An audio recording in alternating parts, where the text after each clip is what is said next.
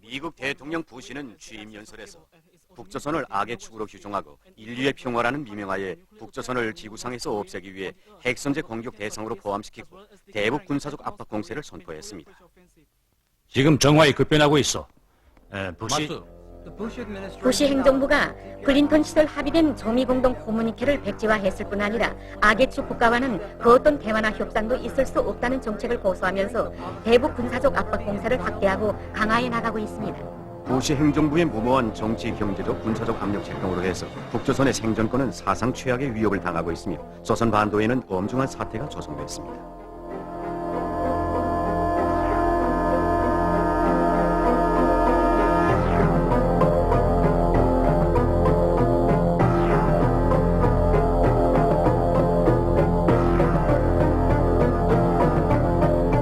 세계가 우려했다. 북조선이 제2의 이라크가 되는 것은 시간 문제. 머지않아 조선이란 이름은 이 지구상에서 없어질 것이라고. 하여 세계의 초점은 또다시 조선으로 쏠렸다. 조선민주주의인민공화국 Now the new leader is Kim Jong-un, so his mother should be a right role model. 선포한다. 둘째, 조선민주주의인민공화국이 핵무기전 파방지조약에서 탈퇴함에 따라 조약 제3조에 따르는 국제원자력기구와의 담보협정의 구속에서도 완전히 벗어난다는 것을 선포한다. 핵무기전 파방지조약에서의 탈퇴는 우리 공화국에 대한 미국의 압살 책동과 그에 추종한 국제원자력기구의 부당한 처사에 대한 응당한 자의적... 세계는 놀랐다. 북조선이 핵무기 전파 방지 조약 탈퇴에臨死정지에 있었다는 것을 미국이 놓치고 있었다. 결국 주패장은 조선이 지고 있었다. 이날 온 세계는 북조선의 NPT 탈퇴로 I think there must be three conditions for you to satisfy. First of all, you need to be a breadwinner. You need to make a lot of money for your family. And then you need to get like food, firewood, whatever you need to make your family members comfortable. So you are the one who need to get all the things. 알려주신 강철의 인간, 강철의 사나이, 강철의 영웅 김종일 국방위원장.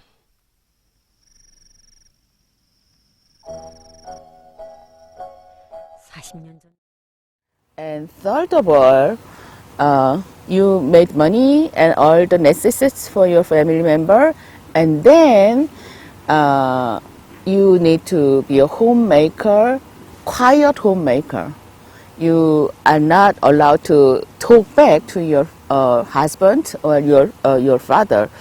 You need to be like subordinate, quiet, and docile all the time. The right role model in North Korea should be Kim Jong-suk, who is a mother of Kim Jong-il. The right role model, the authority role model is definitely Kim Jong-suk, Kim Jong-il's mother, not yet Lee Seol-ju, Kim Jong-un's wife. I was a Ministry of Unification in South Korea, and then I was like selected as a delegation to North Korea. North Korean people think she is a representative. How come? Because she's just a woman, How come she can be that important position? I mean, under the wise leadership of the Marshal Kim Jong-un, we finished the construction within only 10 months. The museum and the weapons exhibitions outside and all the renovations, the monuments, everything was done within only 10 months' time. The news block at the state-controlled TV channel focuses entirely on the country's economy. The biggest share of North Korea's GDP is from industry and mining, followed by the service sector and agriculture, which isn't enough to meet the population's needs. Slightly over 15% of the land can be farmed. Tourism and disguised foreign investments are sources of foreign currency badly needed in a country living with sanctions and economic war. Tourists are only allowed to pay in euros, US dollars or Chinese yuan. They have to pay higher tourist prices. The few foreigners who visit the country, many of whom are Chinese, are constantly accompanied by one or several guides. Tourists can't leave their room in the 47-story hotel, complete with 5 restaurants and souvenir shop, and walk unattended to the casino in the basement. It's leased by a company from Macau. Only twice did we get the chance to walk the streets of Pyongyang. The rest of the time we were chauffeur-driven in a minivan.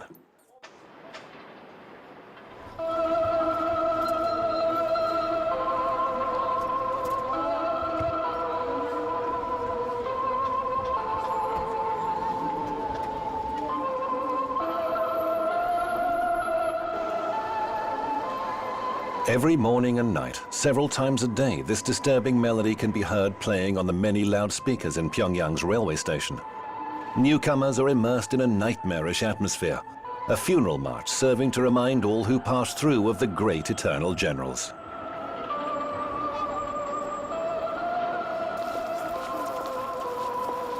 Every visitor to the capital brings flowers.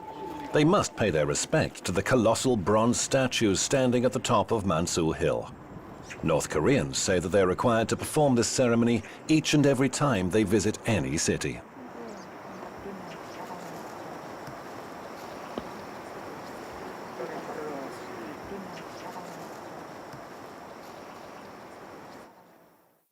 A quite remarkable number of literary works are attributed to the great generals. The National Library contains the selected outstanding works of the founder of the nation. There are more than 700 volumes of Kim Il-sung's speeches, books, and plays. One of the best known by the eternal president is a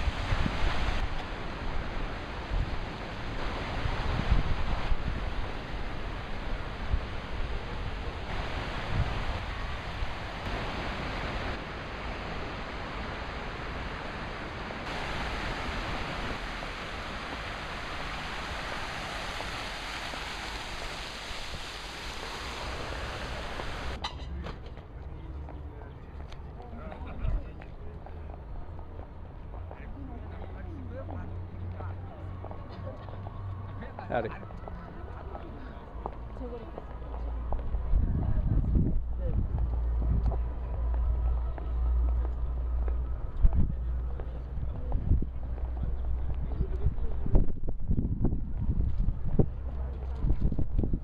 Oh, wow. This is the biggest monument I've ever seen.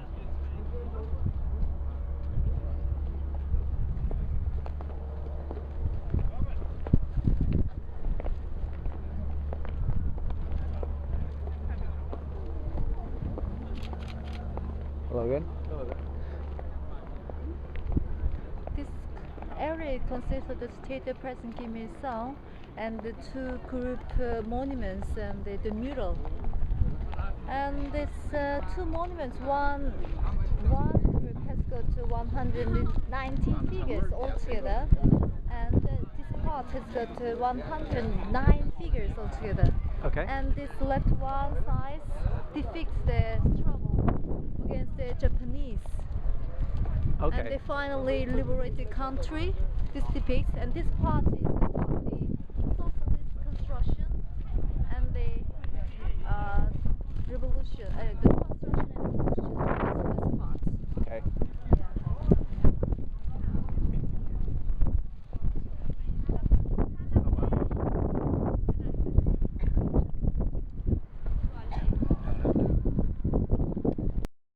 Have a performance in the theater, and our orchestra is the world level.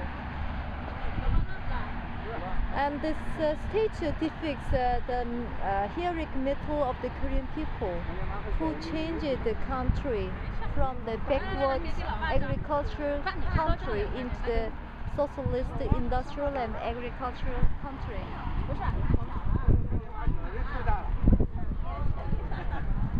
When was that built? That monument? Do you about In what time? 1961.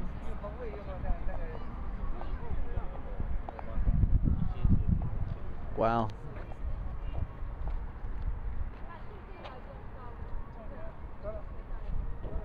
The flag, can you see the letters on the flag?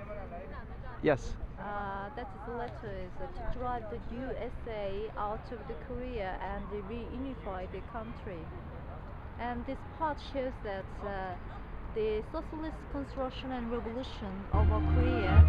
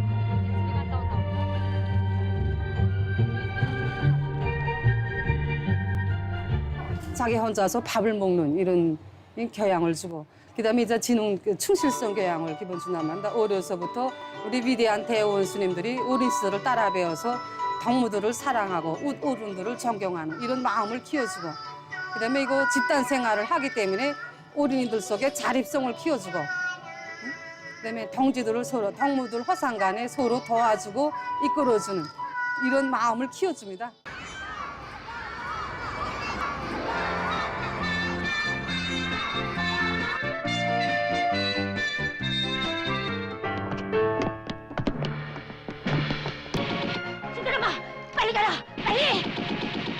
A squirrel and a hedgehog are the heroes of the most popular children's cartoon. Agile and smart, North Korean squirrels fight their enemies, ferrets and mice.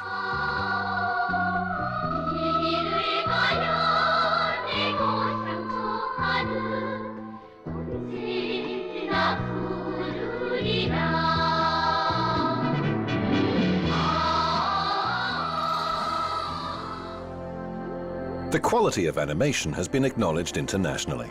That's why overseas studios hire Korean animators in Pyongyang at very low rates to work on their films. The International Movie Festival in Pyongyang provided the pretext that allowed our crew to secure an invitation to enter North Korea. Welcome to the 14th Pyongyang International Film Festival.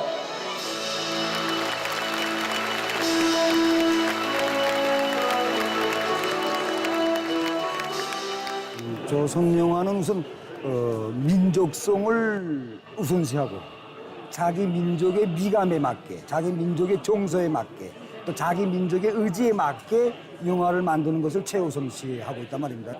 그러면서도 세계적인 발전 추세를 놓치지 말고 세계를 향해서 치달아오려는 강렬한 배짱을 가지고 지금 자기 영화를 새롭게 전변시키기 위한 그 출로를 지금 모색하고 있습니다.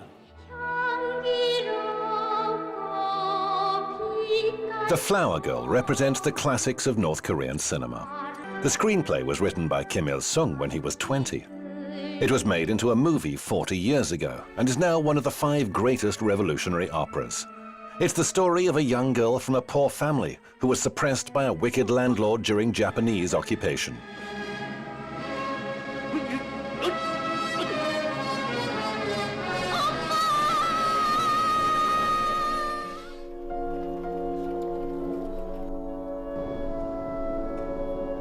On the banks of the Taedong River that cuts through the city, everyday life overshadows the exotic and mysterious atmosphere enveloping North Korea.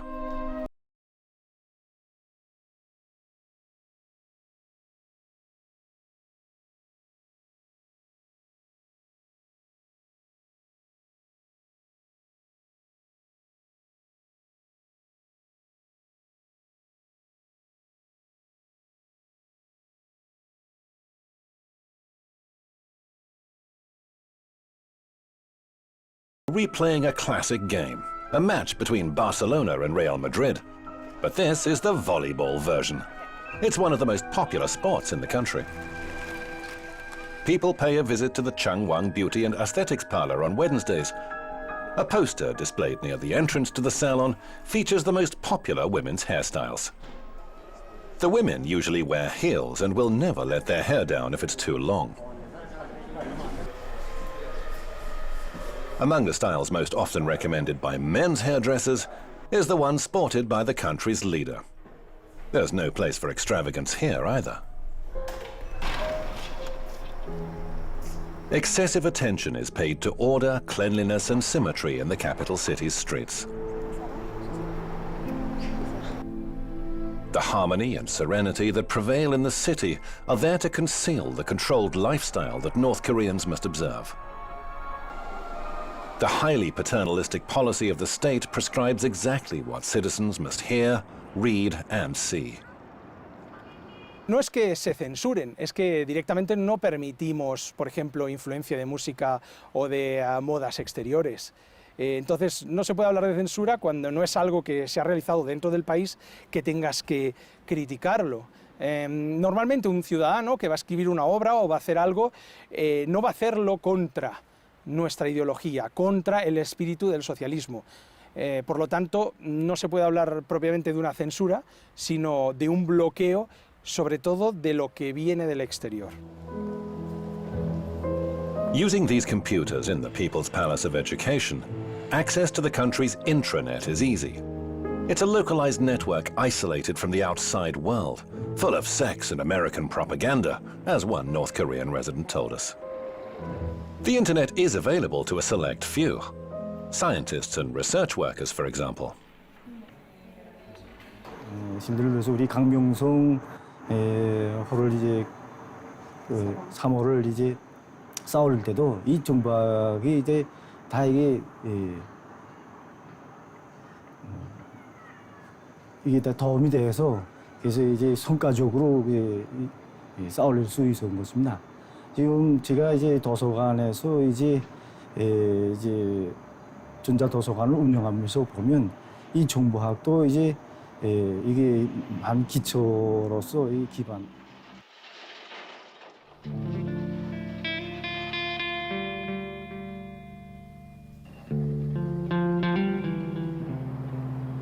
In 2014, Pyongyang by night has little in common with how it was described a few years ago. The main avenues are brightly illuminated with neon lights and street lamps, although smaller residential areas and streets do succumb to darkness when night falls.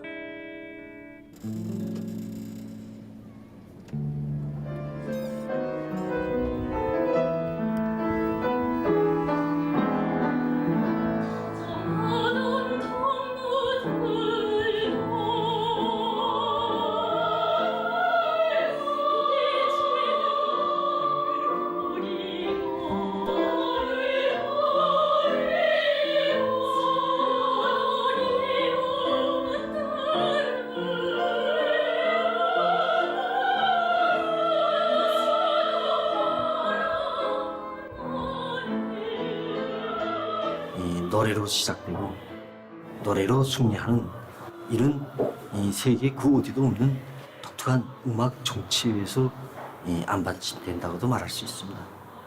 노래 없는 생활은 꽃이.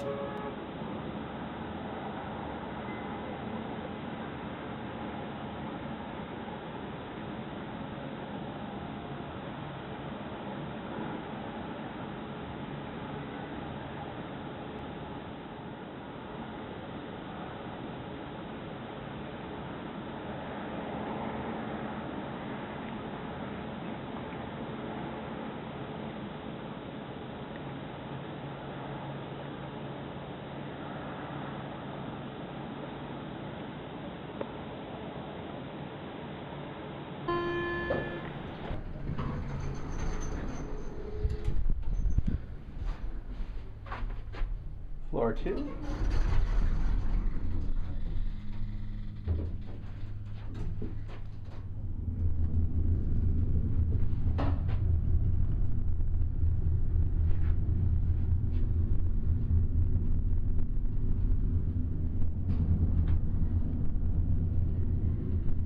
Miniature golf course out there.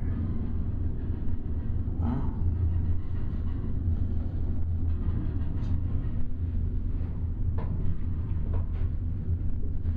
The kind of the dance, snowfalls.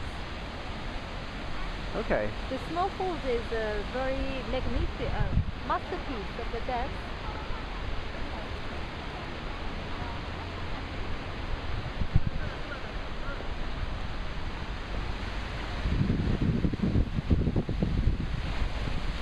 On the people to support his son, Kim Jong-il, who would soon take over from his father.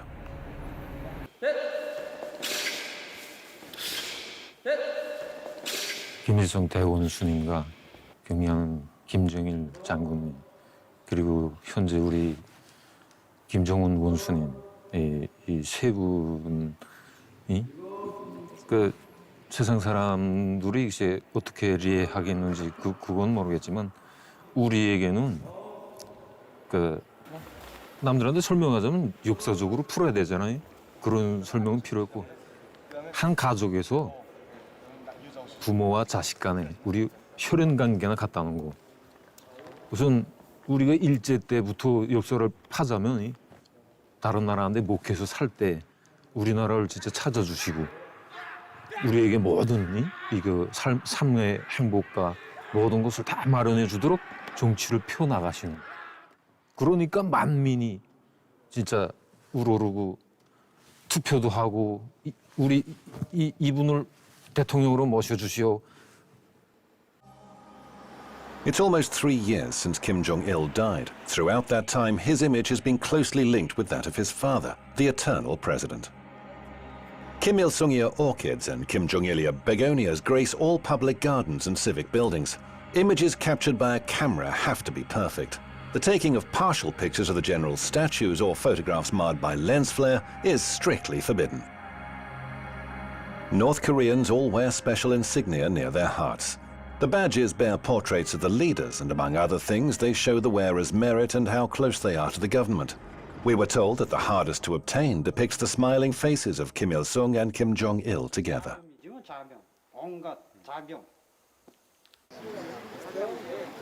Buildings are generously adorned with their portraits. There are 2 separate but identical halls, each of which contain the leaders' embalmed bodies. The Kumsusan Mausoleum represents the apotheosis in the leader's cult. Photography inside is strictly forbidden. 2 seemingly endless moving walkways are decorated with the general's pictures portraying their lives and work. They lead to pharaonic marble halls containing the mummified leaders, surrounded by treasured objects from their respective eras. Armored trains and cars, an array of medals and decorations, even a huge map giving a detailed account of their travels.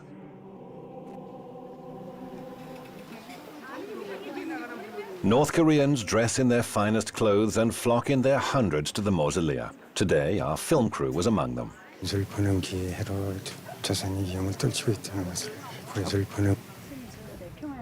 We'd asked that North Korean worker for his thoughts about the new leader's rule. Leaning on a cane, Kim Jong-un reappeared in public after being absent for a month and a half. North Korea's mass media attributed his low profile to his indisposition. The disappearance coincided with our visit, although we only learned of it when we left. The leader, though, didn't seem to have become subject to rumor or gossip, and the few who were lucky enough to see him at close quarters were thrilled. 소리가 만세 소리가 너무 요란해서 그래서 뛰었단 말입니다. 아이들 한 명에 뭐 아버지, 어머니, 할아버지, 할머니들까지 따라오니까 어른들이 매우 많았습니다. At that time, it was too sudden to see him, so I can't feel it. It was real, so I thought it wasn't just like real. I felt this.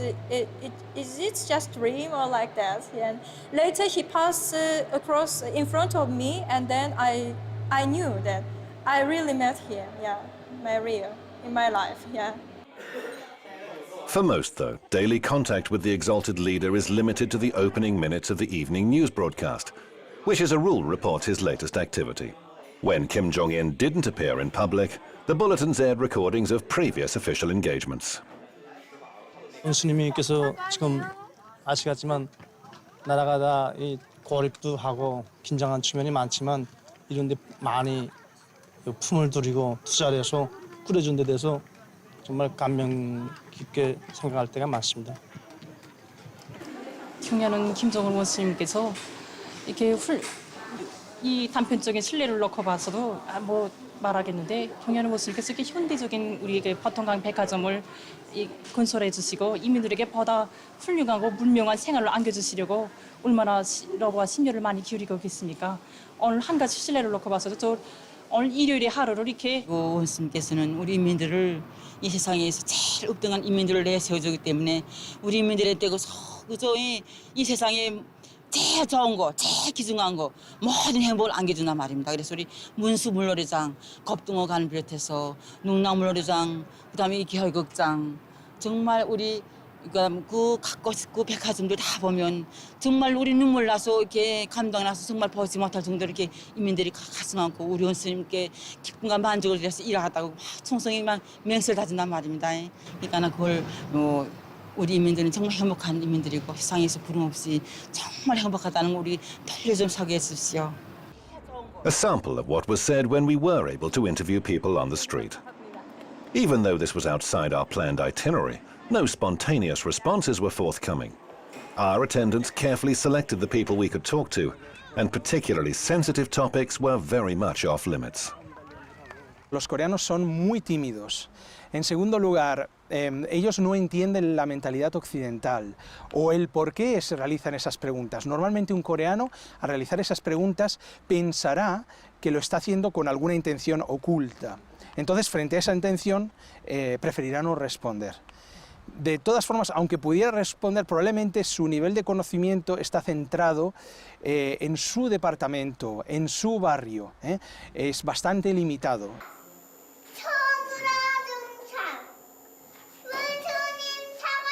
Ideological upbringing and loyalty to the regime begin with early childhood.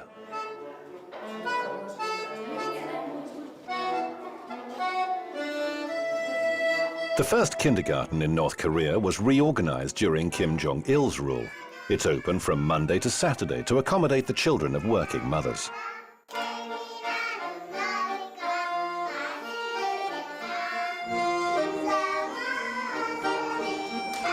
In one school hall, 3- and 4-year-olds put on a performance for newcomers.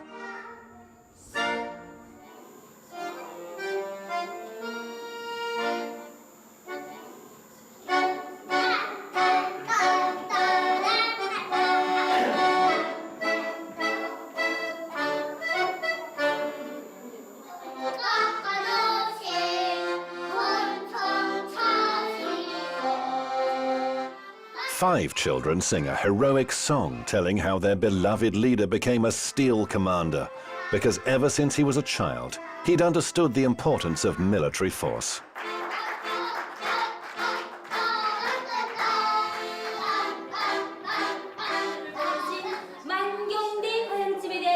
During a revolutionary history lesson, the teacher shows a model of a fantasy paradise where they say Kim Il-sung was born.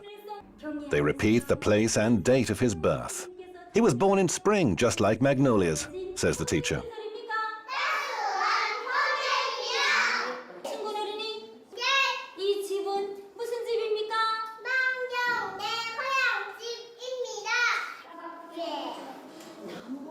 During a science lesson, pupils are told a story about how the great generals once sent children tomatoes, pears, and grapes that they had personally picked themselves. Transactions in North Korea are useful. They've shut down some of the bank accounts. They're forcing the North Koreans to scramble. Are they prepared to do more? I think ultimately it's hard to see North Korea giving in unless it sees a significant loss, I think, of energy and food resources. Is China prepared to make that shift? I think it'll be interesting to see what happens in the coming months. I think the visit of President Park is very useful, of course, because she's seen President Xi Jinping before Kim Jong-un, as leader of the North, has seen Xi Jinping. And apparently when General Cho showed up in the capital of Beijing a month or so ago, one of the things he requested in a handwritten letter that he supposedly brought from Kim Jong-un was a visit by Kim to Beijing, and they'd hoped to get a commitment to that, and they apparently did not. So this at least suggests, again, China is starting to put some pressure and putting some distance with the North. I hope that they're going to follow up on that. Yeah, I'm not sure you're going to get much of a debate back and forth on this point, but I guess the thing I would say, and I think it's generally consistent with much of what Doug said, is that I'm still skeptical that the Chinese are changing their views radically, because to me, what's essential is to start thinking about how we curtail fissile buildups by North Korea. And the Chinese consider the nuclear test sort of, something that goes boom. The world community notices. It causes them a lot of heartache diplomatically. So it's not particularly helpful to what China wants to be talking about on the world stage. To my mind, when the North Koreans set off a nuclear weapon, it's not much worse than their increasing their stocks of fissile material quietly and steadily. In fact, my preferred policy would be they stop making fissile material and then test 6 more times. And that would be a nice outcome. But realistically, of course, what they're likely to do is maybe they'll think twice about testing another nuclear weapon. Maybe not. Depends how strongly the generals really want to and what Kim Jong-un feels he can stop them from doing, or whether he believes in it himself. But the real ongoing danger, to my mind, is one that China hasn't yet tipped its hand on. A restraining influence on a reunited nationalistic Korea. Thanks. I think that China does not want a united Korea. I mean, if it had its druthers, it would prefer not to have united Korea. And my guess is, in certain ways, I think for anachronistic reasons, that it would most not want to have a united Korea that has U.S. troops, in a sense, on its border, whether literally on the Yalu or somewhere in the peninsula. And to some degree, who cares? I mean, we have nuclear missiles and we have carrier groups and we have lots of means to hurt China. Having an army division in South Korea is, I mean, utterly irrelevant. The idea the U.S. would use it on the mainland of China would be extraordinary. But I think that, you go back to 1950, in essence, they went to war to stop American troops from being there. I think this has a very significant hold in terms, especially Chinese military. I think that if a nationalistic China or nationalistic working together, but instead these, the shrine, and we all know the sorts of stuff that goes on, many for domestic political reasons. But I do think necessity is a very powerful push here, and we see that in Japan, a discussion about what to do on the military. Both China and North Korea have caused a rethinking, and my reaction is it's time. And I mentioned nuclear weapons for the simple reason, a few years back, a Chinese general responded, I think it may have been to Chaz Freeman. He said, "You're not going to risk Los Angeles for Taipei," right? And my reaction is, he's right. We shouldn't. That at the end of the day, at what point, it's one thing to bash and blow up and attack, little countries like Serbia and Iraq. They don't have nuclear weapons. Who cares? We wipe them out. It's another thing to be prepared to take on defense responsibilities, including nuclear responsibilities against nuclear-armed powers, where mistakes and misjudgments could lead to truly catastrophic consequences. And do we want, 20 years from now to be the folks on the front lines if China's much more aggressive? Or, should South Korea be doing more, Japan and others? It strikes me, we have to rethink this. Exactly where should it go and at what speed, I'm quite happy to argue about. But I would argue we really need to step back and say, a lot more of this has to be allies, a lot less of this has to be us. And especially when it comes down to things like conventional balance between North and South Korea, this really is a South Korean thing. If a country with 40 times the GDP and twice the population, a vast technological edge, a friendship, including with China, I mean, the trade with China is, 100, 200 times that as China with North Korea. If South Korea can't defend itself, well, who can? I mean, we have to defend everybody forever. So to my mind is, again, circumstances should dictate military and defense policy and defense commitments. Circumstances have changed. We have to start rethinking what those commitments are and what our obligations really are. It's a very powerful and articulate argument, and I guess I would acknowledge how well made it is and how solid much of the logic is, but it still winds up being the point of greatest divergence probably in what we're discussing tonight. Not because I disagree with the notion that we should try to do less over the years, but it's a question of pace and of specifics. So, for example, in Europe, you alluded to that briefly. It wasn't the anniversary of the armistice from the Korean War, the 60th anniversary of the U.S. alliance with South Korea. And while there have been some changes in deployment levels, overall America's policy remains more or less the same, which is to defend its dependent allies, protect the South Koreans, protect the Japanese, protect others, and that thrusts the U.S. into a very turbulent region. In a region, because of North Korea's actions these days, is growing more turbulent, more complex, more problematic, and more threatening. And it forces us in that situation to try to resolve the unresolvable. Resolve a complicated problem which, in fact, there's no evidence the North Koreans actually want to resolve. Our involvement made sense 60 years ago. I think it made a lot of sense at that time, given the overall circumstances, as well as basically the way we helped set up the circumstances on the Korean Peninsula, dividing the peninsula, having our own country, not actually arming with heavy weapons our own ally. There was a reason for it. But today, very hard to see those reasons applying themselves. So the U.S. has turned itself into a target and made the provocations of North Korea more of a problem for the United States than actually for many of those around the North Koreans. And there is a crisis. This is a bad situation. The North Korean regime is truly vile, it's evil, it's monstrous, it's threatening. No one, I think, in their good right mind would want them to have nuclear weapons. The problem is nothing seems to work. We've threatened them. We've talked about bombing them. We've applied sanctions. We use the Non-Proliferation Initiative. We talk to them. We promise them things. We provide them with nuclear reactor. We do all sorts of things, and nothing seems to have worked. There's no evidence that we see with the current regime that has changed. And I suspect the problem is more systemic than personal. The regime in North Korea is built upon a presumption of military first. That was Kim Jong-il's policy. No evidence that's going to change. If nothing else, internal dynamics probably mitigate against that. And one could imagine a whole elite within North Korea whose careers and whose livelihoods are built upon the current ruling establishment. Any genuine reforms threaten that. And so far, at least, there's no evidence they believe they can have genuine reform a la China, Vietnam, or anyone else and survive in power. So instead of digging in further, it makes sense, to my mind, to dig ourselves out. That yes, diplomacy is useful, but make that somebody else's major diplomatic initiatives and not America's. It begins with South Korea, which number one is the perceived threat of American presence to North Korea, to whatever extent that is real. The Chinese at least claim to believe that. It removes that.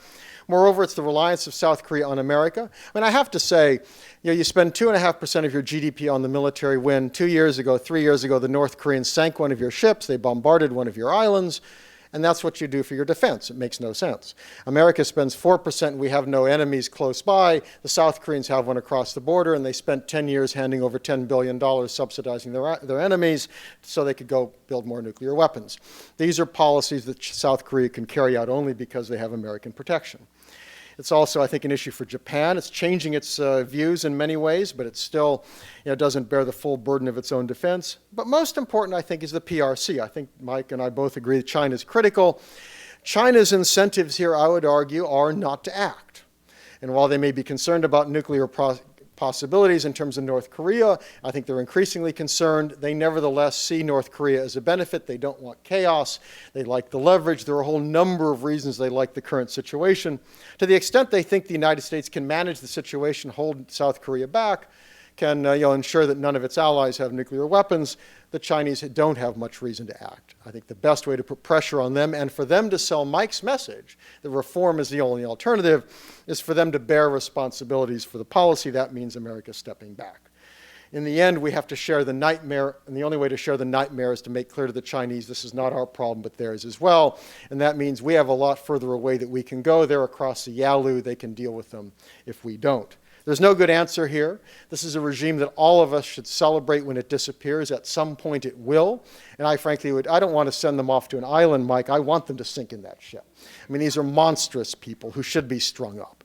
But whatever, they need to be out of power, and the North Korean people finally need to be in control of their own destinies.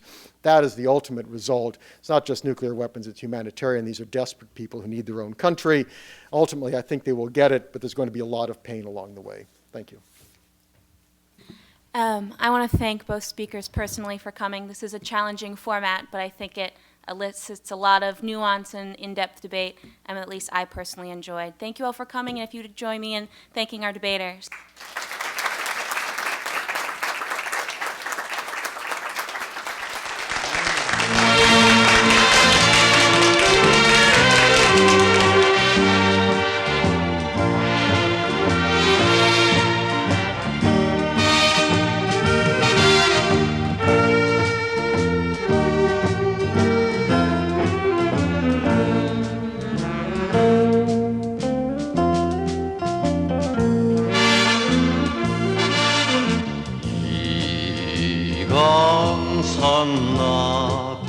유수 흐르는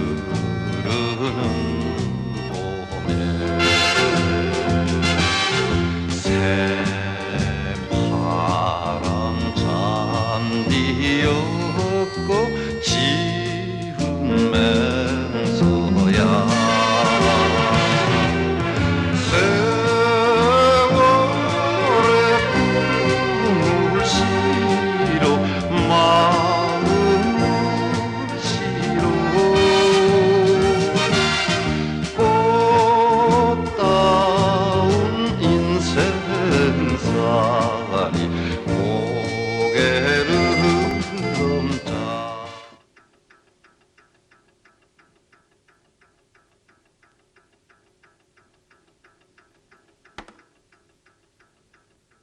(13번) 예, 알겠습니다. 염려 마십시오. 곧 출발하겠습니다. 기척! 바로. 야, 모자 똑바로 써. 너희들은 이제부터 공산군이다. 그렇게 알고 행동해. 앞으로.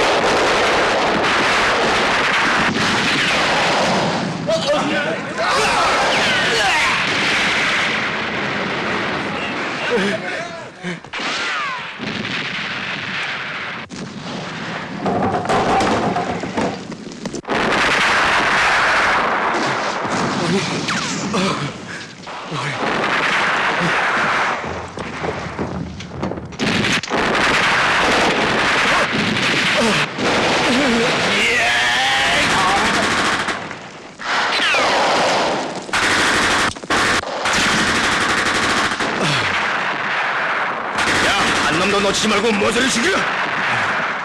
상대대장님.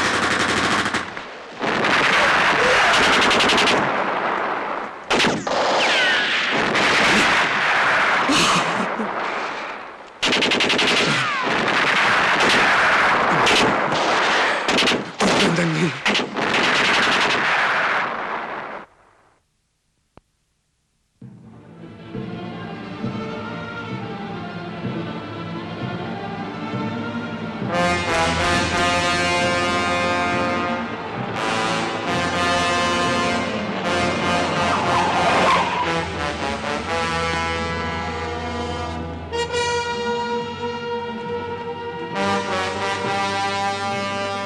군단장님, 공산군 습격에 한개 중대가 전멸.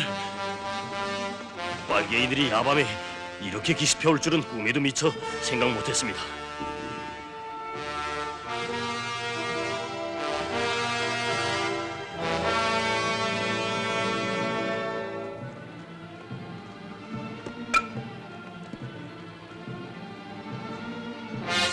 중대장도 전사했는가? 시체도 찾지 못했습니다. 그러니까 전멸이란 말이지. 네. 여기가 제일 견고한 개선이라고 봤는데 그만. 불쌍한 우리 사병들만. 어째서 계집애들처럼 눈물을 짜는 거야? 복수를 해야지. 참모장. 예. 전체 군단에 긴급 비상을 걸어라. 알았습니다. 오사, 질사.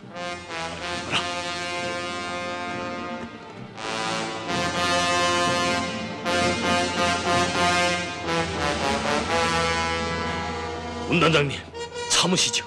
이러다 만일 전쟁이라도 터지면. 전쟁이 무서운가? 무서운 건 아니지만.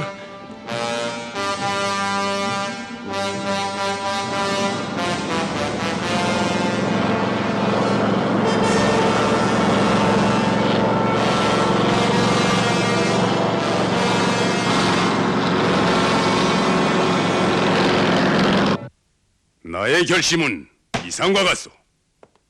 공산군들을 일격서탕함으로써 희생된 상수중대 용사들의 원한을 풀어주자. 일격필승!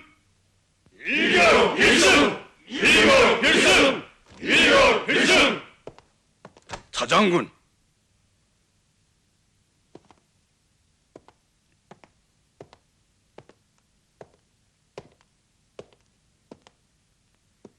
군단 비상을 걸었습니까? 걸었어. 정신 있습니까? 그러다 전쟁이 일어납니다. 당장 취소하시오. 무엇이?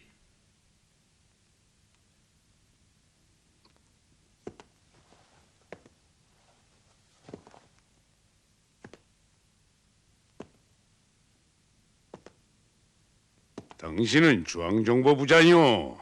아니면 국방장관이요? 어째서 군의 일에 끼어드는가? 군단장님, 나는 지금 각하의 권한을 행사하고 있습니다. 참모장! 예! 군단 비상을 해제하고 정상 근무로 이행하라. 알았습니다. 가만! 군단의 주인은 나요. 박 대통령은 그럴 수 없어. 군단장, 그렇지 않아도 당신한테 국방부에 호출 명령이 내렸소. 군단을 지금 어디로 끌고 가자는 겁니까? 좋소. 내 박 대통령을 만나 항소하겠소. 참모장, 집행하시오.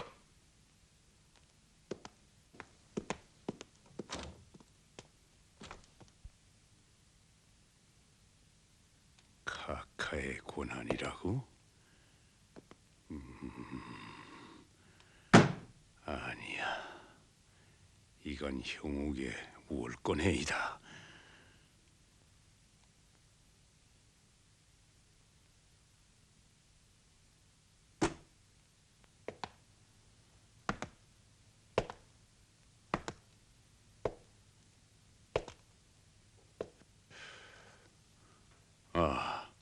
경호실장, 나요. 사장군.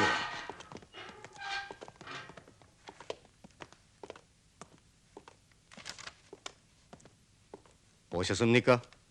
난 급히 대통령을 만나야겠소. 그런데 지금 각하께서는 부재 중입니다.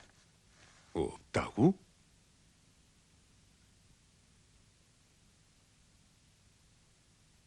아, 경호실장. 참, 공산군의 습격을 받았다지요. 백전노장으로 불리우던 차장군이 무슨... 난 당신의 자존심이나 만족시켜주자고 온 건 아니오. 그래, 순이는 어디 있어? 자고 있어요. 그럼 깨워줘. 방금 잠들었어요. 또 고졸이군. 난 딸을 마지막으로 보고 싶어서 왔어. 네. 어쩌면 전쟁이 일어날 수도 있으니까.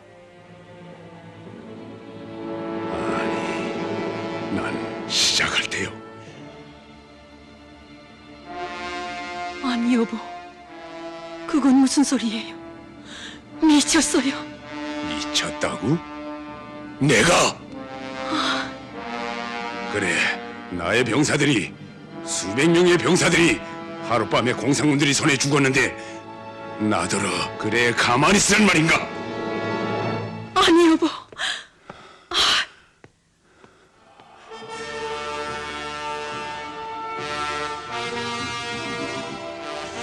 삼대대장, 너희 놈. 여보, 누가 애국이고 누가 매국인지 똑똑히 가려보세요. 네.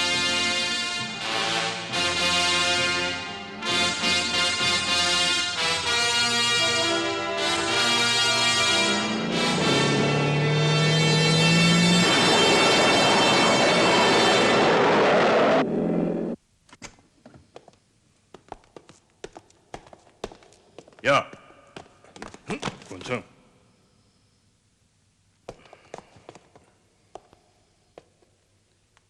여기 왜 왔는지 알겠지?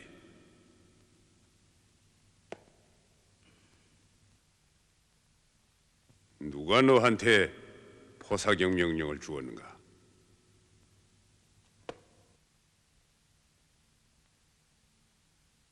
바른 대로 토설 안 할 땐 여기서 살아 돌아갈 생각을 하지 말라. 군단장님, 전 명령을 집행했을 뿐입니다. 날 좀 용서해 주십시오. 예. 누군가? 전 모릅니다. 예, 정말 모릅니다. 그저 명령을... 다시 한 번 묻는다. 예. 누가 명령을 내렸지? 전두환 연대장님. 전두환? 군단장님, 날 좀 살려주십시오. 예. 군단장님. 예.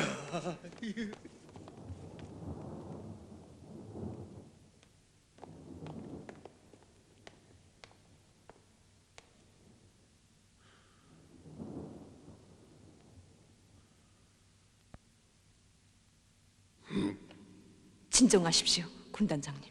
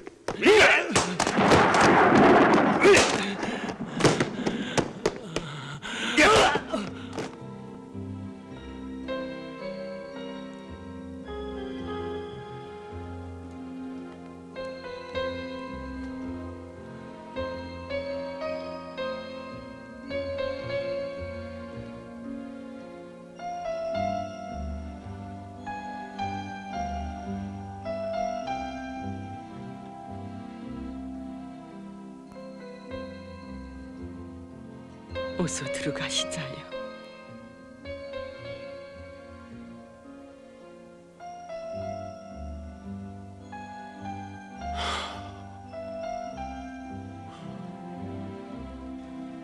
어서요.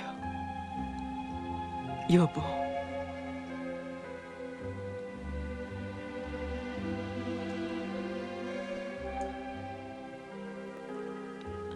전 이날이 오기를 기다렸어요.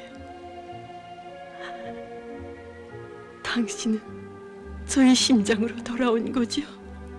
네.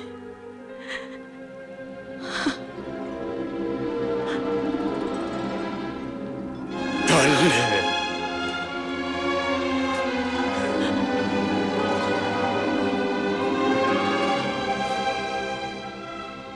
아버지, 아버지. 순이야. 자.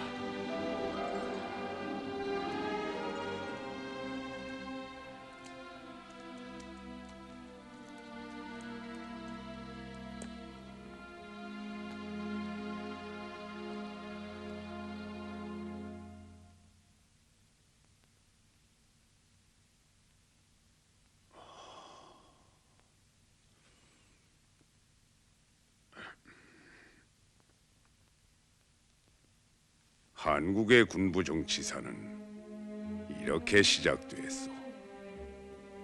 정치는 시대의 산물이지만 민족은 역사와 더불어 영원한 것이오. 인생을 살아가누라면 때로 배반의 길을 갈 수도 있어. 애인을 버리거나 친구를 배반할 수도 있지. 그러나 죽어도 버려서는 안 되는 것이 민족의 넋이요. 내가 오늘 어째서 이단 사범들을 용서하는가? 더는 남한 분열주의자들의 민족 리간 책동이 있기 때문이요. 태권도는 명실공히 민족 대단결의 기수가 돼야 한단 말이오.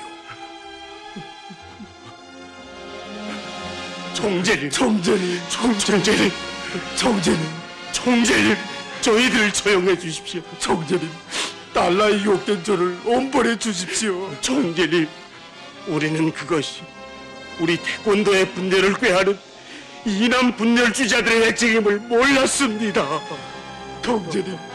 총재님 곁에서 다시는 떠나지 않겠습니다.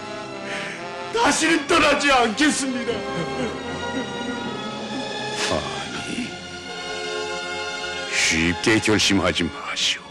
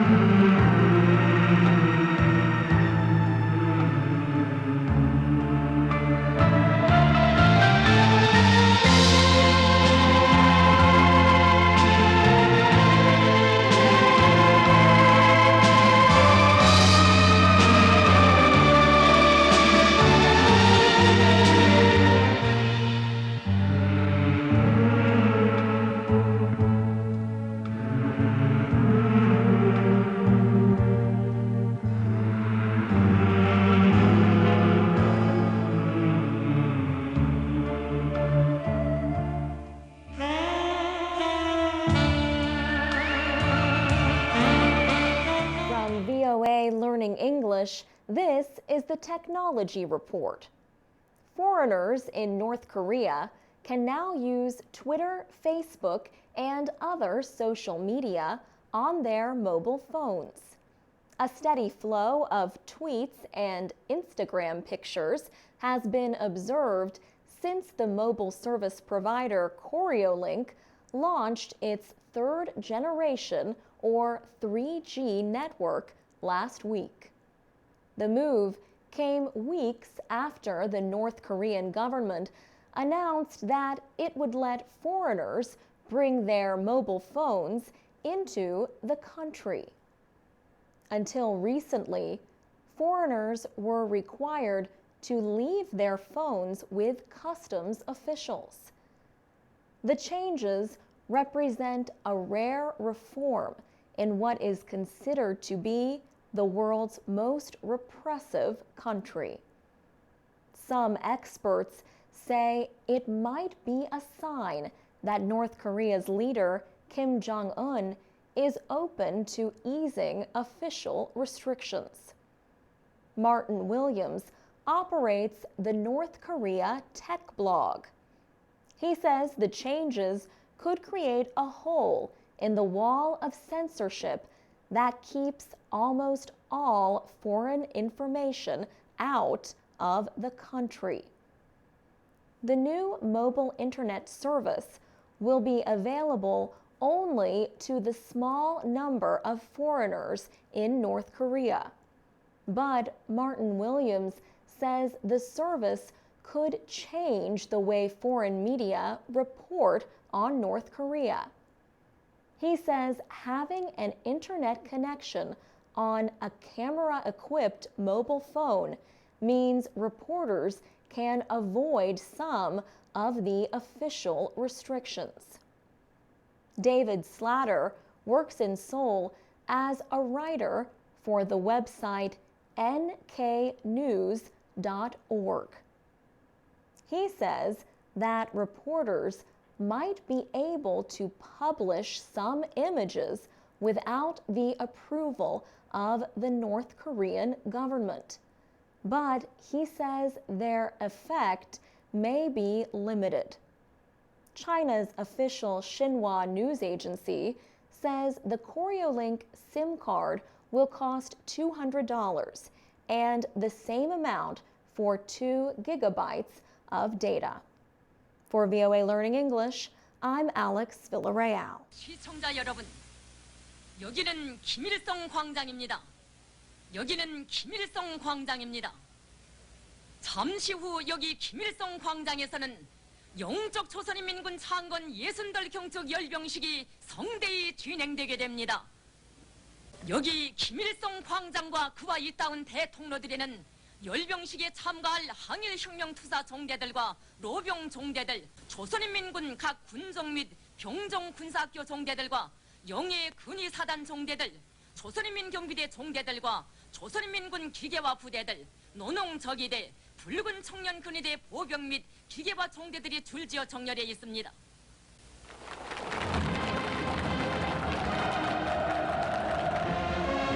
우리 당과 우리 미래의 위대한 수령이시며 영적 조선인민군의 창건자이신 김일성 대원수님께서 여러 나라 당 및 국가 수반들 군사 대문단 단장들과 함께 광장 투석단에 나오셨습니다.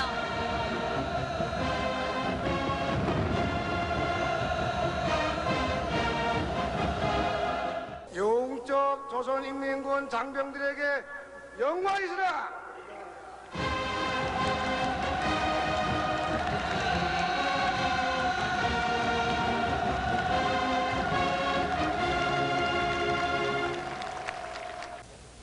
기타는 우로 덧 앞으로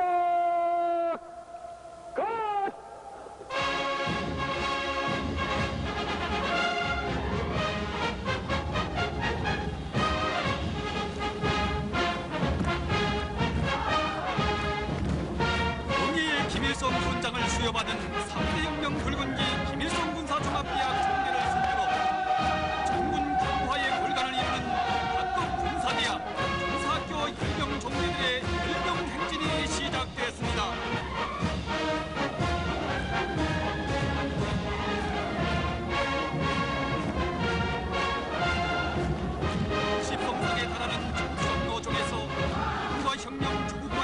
이제 역사의 길이 빛날 국면의 공적을 세운 이 당의 혁명적 무장력 전설입니다.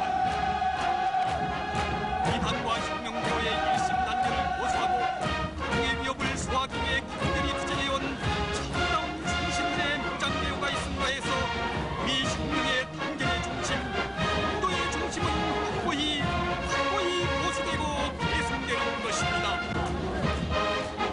위대한 수령이신 김일성 대본스님과 혁명하는 최고 사령관이신 김정일 동지를 필두로 목천권 만세의 환호를 터치는 열병식 참가자들의 얼굴마다에 이 당의 정군 주체 사상화 방침을 높이 받들고 인민군대를 주체형의 피가 끓어넘치는 일패의 당군으로 엄하에 나아갈 녹색 신념이 비껴 흐릅니다.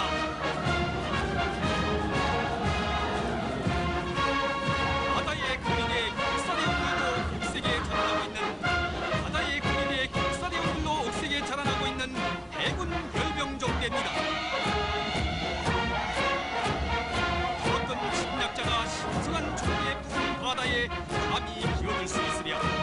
지난 중국해방 전쟁 시기 중국의 바다를 지켜 싸운 해병들의 용맹스러운 그 기성이 묘에 차넘치고 있습니다.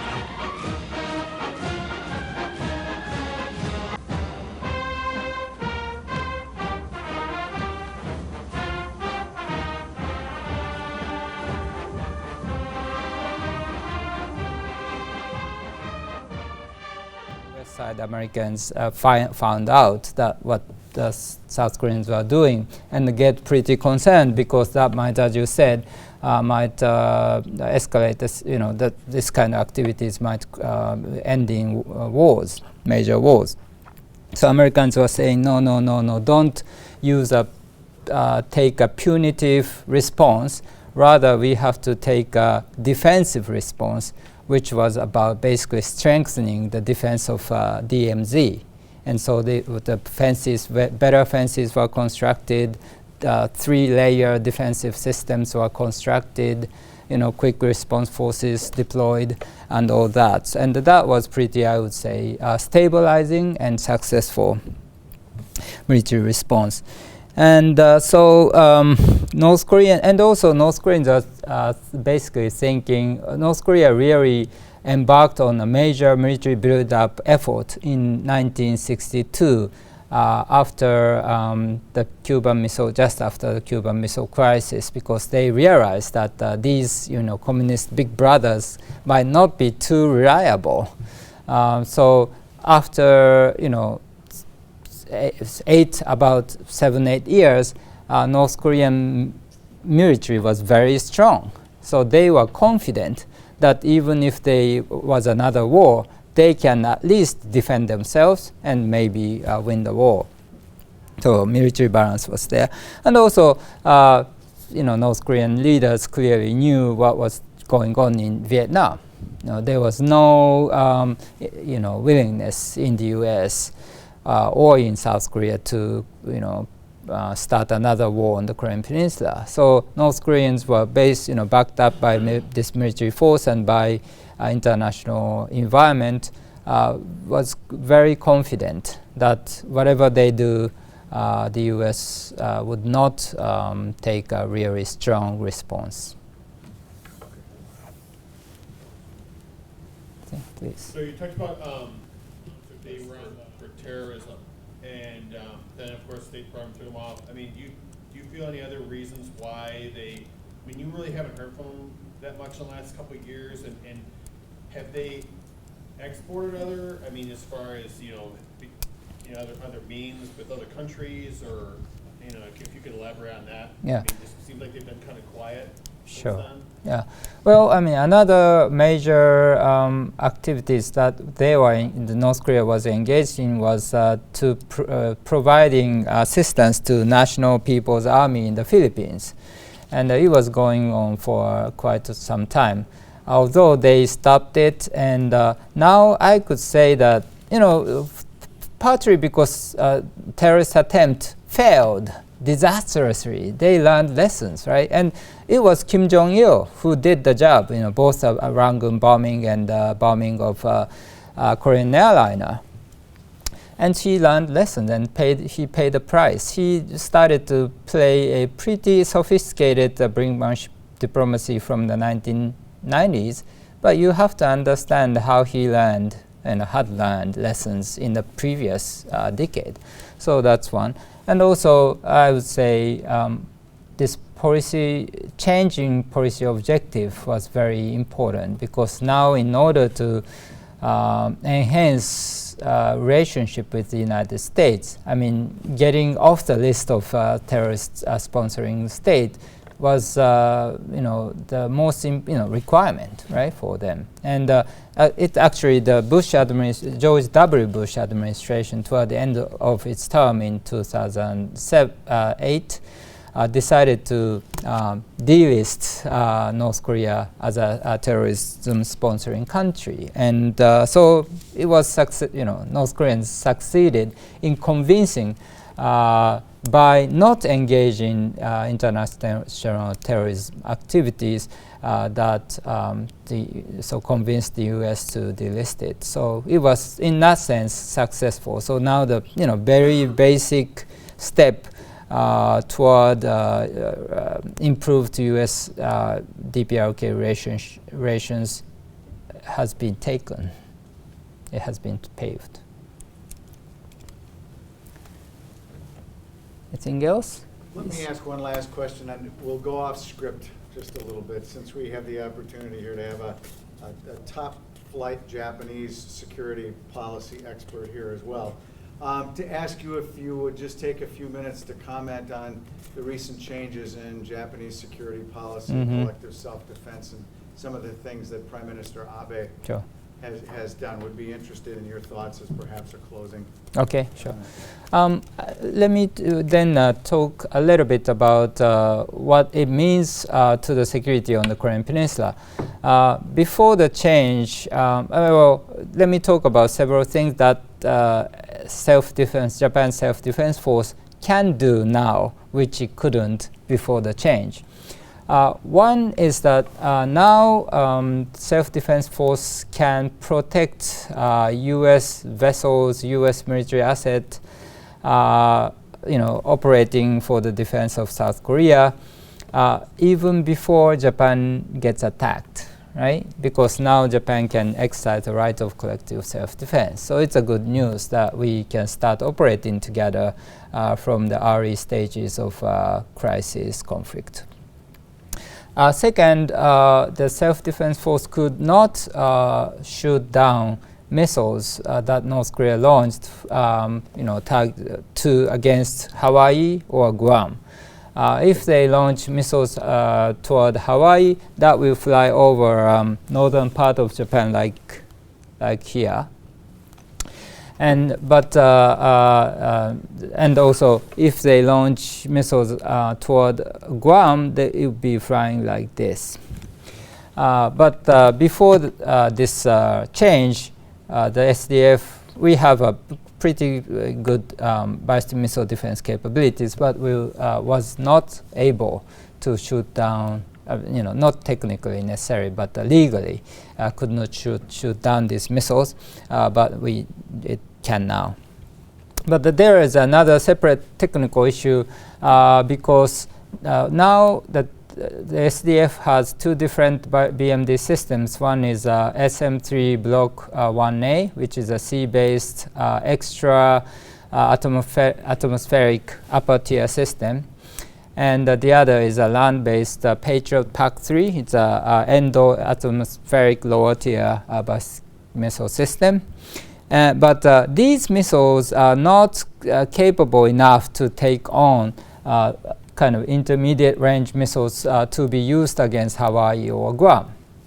So even if we are now legally take on North Korean missiles flying toward Hawaii or Guam, we might not be able to do the job. But if we are now talking about introducing advanced sea-based ballistic BMD system called SM-3 Block 2A, which has a better velocity, accuracy, speed, and then if this system is deployed, then we'll be able to take on some of the missiles flying toward Hawaii and Guam. So then it will start. It starts to matter what we can do legally. And third, finally, the self-defense force will now be able to conduct mine-sweeping operations, not only in the vicinity of Japan, but also in the waters very close to North Korea, and probably including North Korean territorial waters. But this is this is very important because in the final phases of the war, U.S. Marine Corps will be, conducting amphibious landing operations, right? And mine clearing mines would be a necessity in order for the successful amphibious operation. So Japan will be taking up a very important role in this.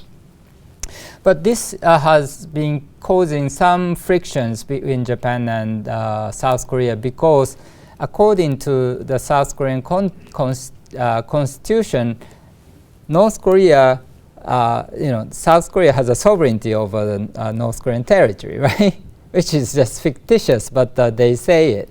It says it. So South Korea is saying, Japan must endorse approval by the South Korean government before it starts operating inside North Korean territories. But we disagree because we don't recognize South Korea's sovereignty over the North Korean territories. So there is a kind of discrepancy in views, and we have to I think basically we have to play kabuki when it comes to the time when we have to do the job while maintaining close coordination and cooperation, friendship, partnership with South Korea. Okay, thank you very much.